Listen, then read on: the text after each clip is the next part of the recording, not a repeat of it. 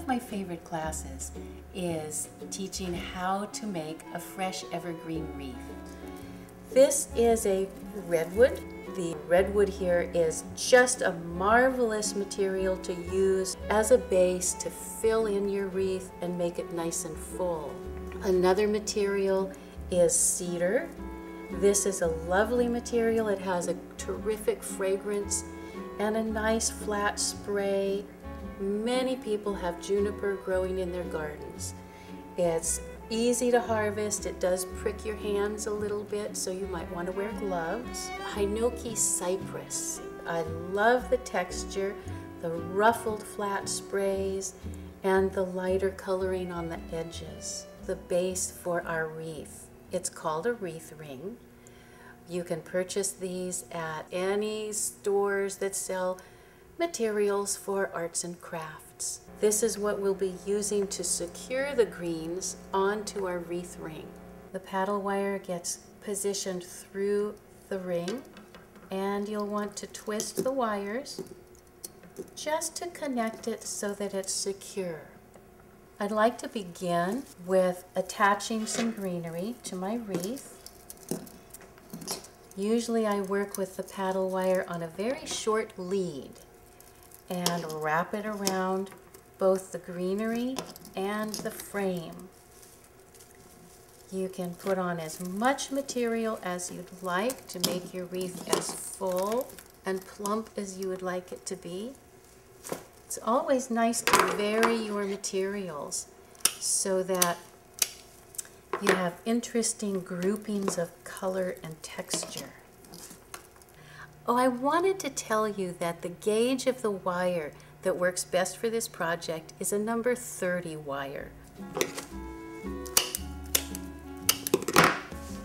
And I'll try not to snip my finger while I'm doing this. Now we're getting closer to the tricky part, Patty, which is what do you do when you get to where you started? You actually need to tuck your materials underneath the tips of the beginning pieces and continue to wrap, trying very carefully not to include the previous tips. There, I think we're done. Take a look at this. Great. Now I need to show you how to finish off your wreath, how to end the wire so that your wreath won't come undone. You want to pull off a nice length of the wire and cut it.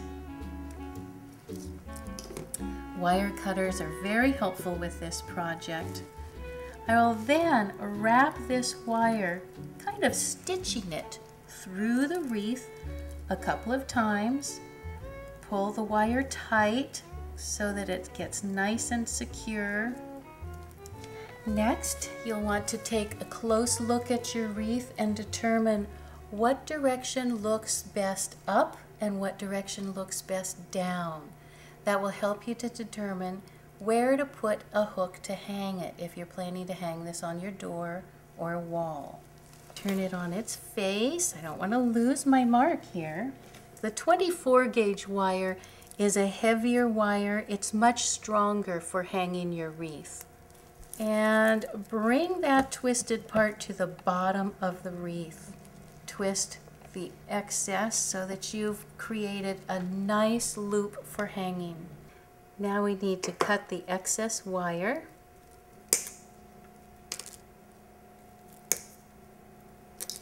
And bend the cut ends of the wire upward so that you don't accidentally prick your fingers while handling the wreath.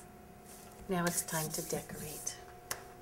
I'm doing something a little bit different and fun this year.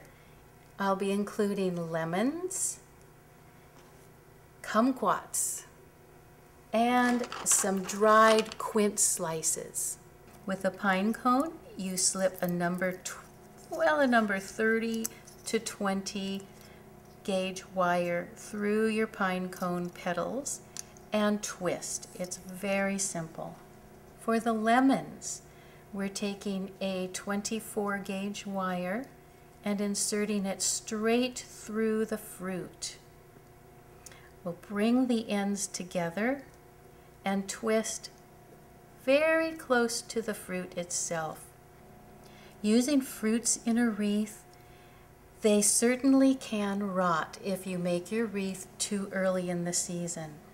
I have experienced them lasting for a good 3 weeks. One thing you can do to help make it last a little bit longer is to dip the end of the wire first into a bottle of oil of clove or oil of cinnamon.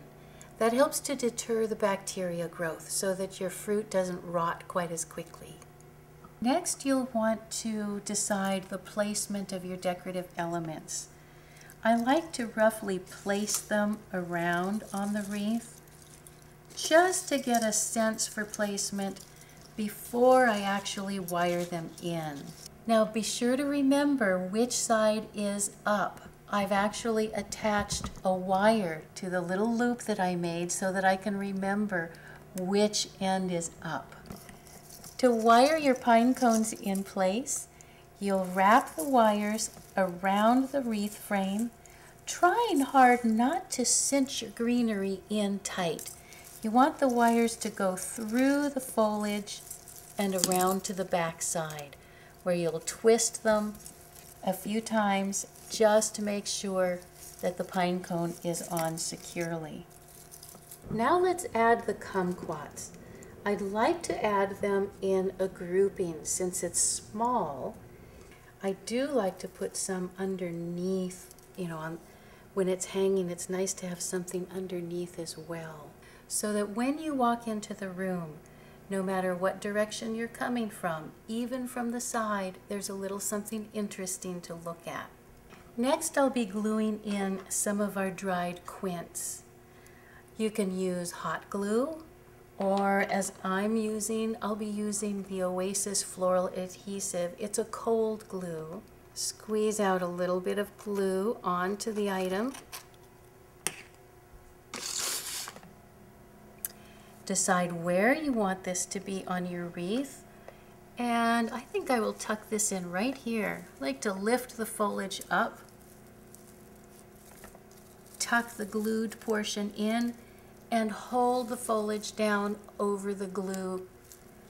And ultimately, it takes about an hour for it to be totally dry and secure.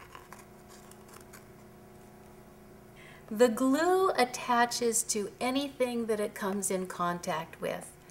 The wreath frame, the greenery, the fruit, and even your fingers. Now, after the decorating has been done, you'll want to flip your wreath over onto its face very carefully. And you see the mess of all the wires.